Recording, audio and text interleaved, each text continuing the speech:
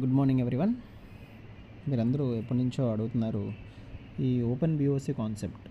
అంటే చాలా వరకు మనకు వచ్చే ప్రాబ్లమ్స్ ఏంటి అంటే, కస్టమర్స్ పాలసీ చెప్తున్నామండి, కస్టమరు ఆ రోజు ఇంట్రెస్ట్గా ఉంటున్నారు, అప్పుడే స్పాట్లో పేమెంట్ మనకు అయిపోవాలి. సో అలా చేస్తే మనకేంటంటే మిగతా ప్రొసీజర్, అంటే పేమెంట్ ఒకసారి అయిపోతే మిగతా ప్రొసీజర్ అని మనం తర్వాత చేసుకోవచ్చు. కాబట్టి సరే, ఫస్ట్ పేమెంట్ ఎలా మనం తీసుకోవాలి. సో ఈ పేమెంట్ తీసుకోవడం కాన్సెప్ట్ అనేది ఇప్పుడు మీకు చెప్తానండి. ఈ ఎల్ఐసిలో దీన్ని ఓపెన్ బిఓసి కాన్సెప్ట్ అంటారు. ఓపెన్ బిఓసి కాన్సెప్ట్ అంటే మీరు ఫస్ట్లోనే పేమెంట్ అనేది కస్టమర్ నుంచి మనం తీసుకుంటాం.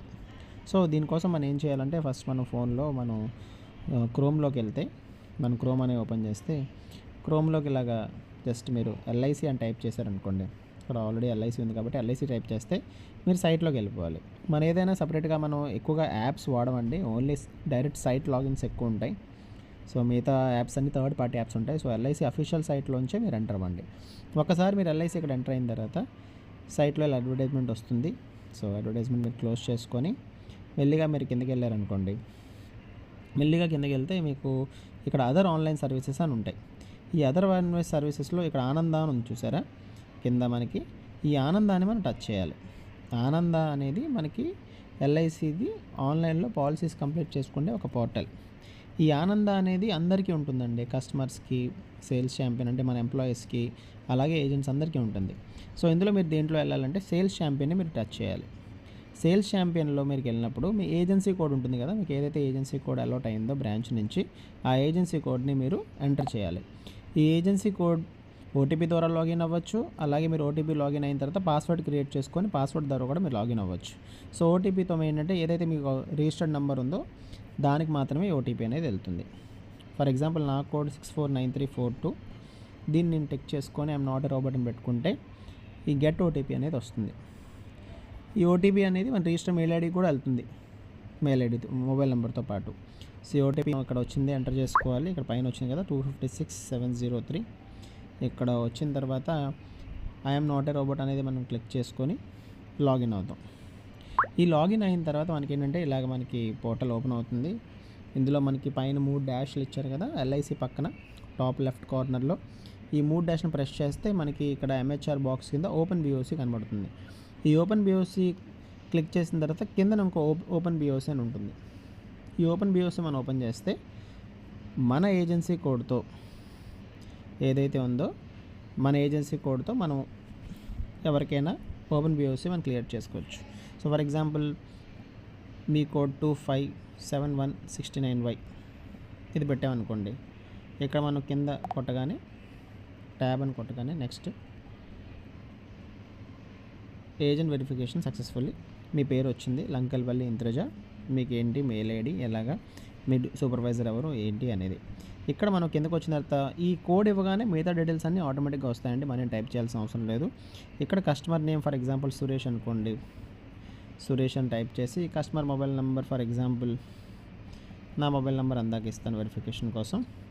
ఇచ్చిన తర్వాత ఈ సురేష్ మెయిల్ ఐడి కూడా మీకు నేను ఇస్తాను, నా మెయిల్ ఐడి ఇచ్చేస్తాను.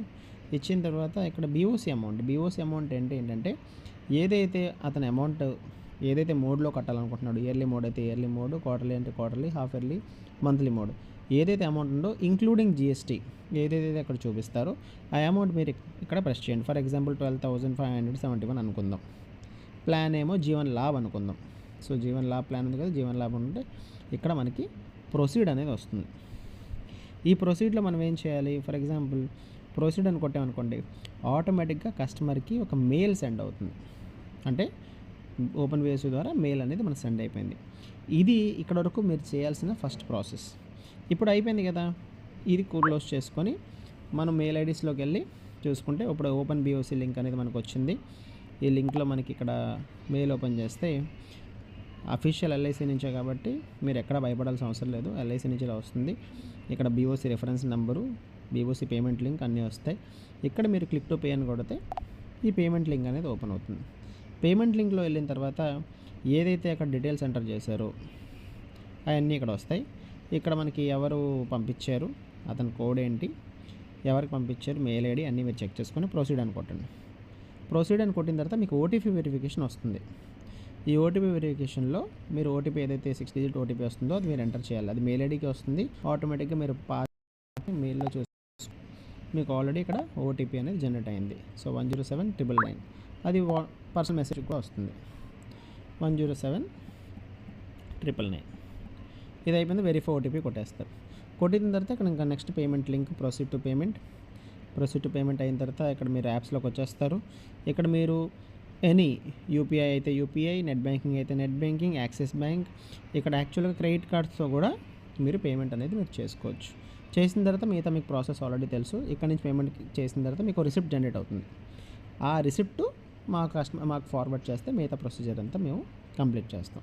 ఓకేనా? ఓకేనండి, థ్యాంక్ యూ. సో ఇది ఓపెన్ బీఓసీ కాన్సెప్ట్. ఇక్కడ మీకు అర్థమైంది అనుకుంటా. ఇలా మీరు ప్రాసెస్ అనేది చేయాలి పేమెంట్స్ కోసం.